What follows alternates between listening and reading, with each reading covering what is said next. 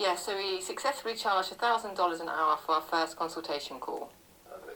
Previously, Grace could barely get her clients to pay her $100 for a 3-hour call, but now she's confidently charging $1,000 an hour. She hasn't changed her method or improved her skills. She hasn't learned some magical new technique, but her clients are now paying her $1,000 for her time. So what's changed? I just want to jump in here to say it's one thing to say you should charge $1,000 an hour, and it's another thing to actually have clients pay that. This is a screenshot of my regular calls where clients have paid me at least $1,000 per hour, and I'm going to share how you can do exactly the same thing even if you've never charged anything like that before. It seems logical to assume that if you want to reach $1,000 an hour for a phone call, the sensible thing to do is to start getting better results. Get better results equals attract better clients. I mean, that makes sense, right? And for each new result you get, you'll slowly build a reputation and attract better and better clients.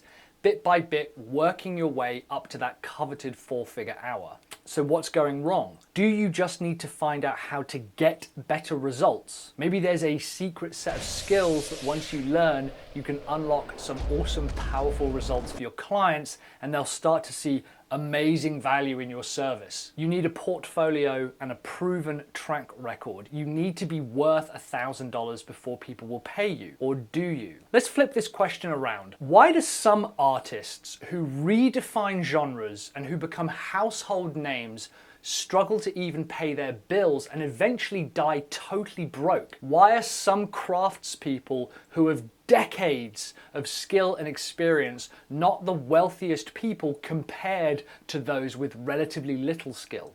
The difference between being worth $1,000 and being paid $1,000 is subtle but important. Why are some people willing to pay hundreds of thousands of dollars for a tiny single floor apartment in New York, but for far less money, you could buy an entire farm? Let's take this bottle of water. In England, it's probably about £1 to buy this.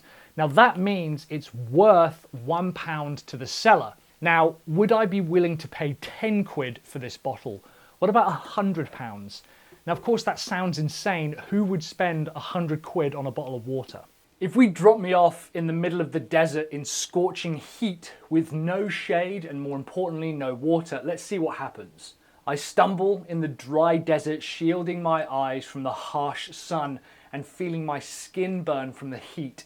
My mouth is dry, I can feel the moisture from my body leaving me, and if I don't drink something soon, I could die, shriveled up like a little pepperoni sausage.